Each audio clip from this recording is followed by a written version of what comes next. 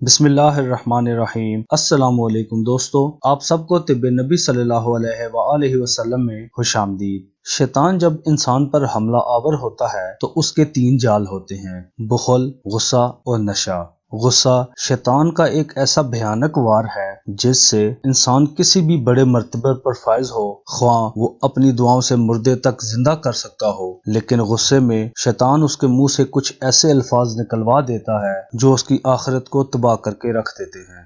اسی لیے آج ہم آپ کے لیے قرآن مجید اور احادیث مبارکہ سے غصے کا ایک بہترین اور مؤثر علاج لے کر آئے ہیں۔ ویڈیو شروع کرنے سے پہلے آپ کو بتاتے چلیں کہ آپ کے سبسکرائب کرنے سے ہماری حوصلہ افزائی ہوتی ہے، اس لیے ہمارے چینل کو سبسکرائب کریں اور اس ویڈیو کو بھی زیادہ سے زیادہ شیئر کریں تاکہ آپ جیسے ہی کچھ دوست شیطان کے اس کاری وار سے محفوظ رہیں۔ غصے کو کنٹرول کرنے کے لیے اللہ پاک نے قرآن پاک کی سورہ فصلت میں ارشاد فرمایا: اگر شیطان تجھے وسوسوں میں مبتلا کرے تو اللہ تعالیٰ کی اس سے پناہ چاہو، کیونکہ وہی سننے اور جاننے والا ہے۔ اس آیت مبارکہ سے یہ اخذ کیا جا سکتا ہے کہ جب غصہ آئے تو اعوذ باللہ من الشیطان الرجیم پڑھیں تاکہ شیطان بھاگ جائے اور انسان کا غصہ کم ہو۔ اسی طرح ایک جگہ رسول اللہ صلی اللہ علیہ وآلہ وسلم نے ارشاد فرمایا: جب تم میں سے کسی کو غصہ آ جائے تو وضو کر لے۔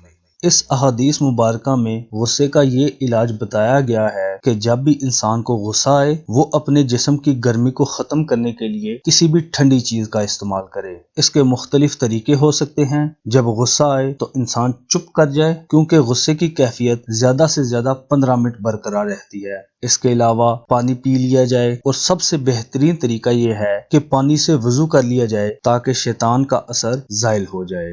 غصے کے ایک اور علاج کے طور پر رسول اللہ صلی اللہ علیہ وآلہ وسلم نے ارشاد فرمایا: اگر کھڑا ہے تو بیٹھ جائے اور اگر بیٹھا ہے تو لیٹ جائے۔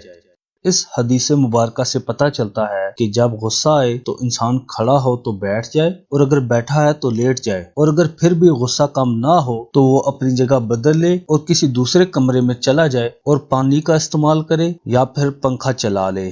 ان تمام طریقوں سے آپ اپنے غصے پر کسی بھی وقت قابو پا سکتے ہیں۔ اللہ پاک آپ کو اور ہمیں شیطان کے اس وار سے نجات عطا فرمائے۔ ہمیں اپنی دعاؤں میں یاد رکھیے گا، لائک اور شیئر ضرور کیجیے گا۔ ملتے ہیں اپنی نئی ویڈیو کے ساتھ، تب تک کے لیے اللہ نگہبان۔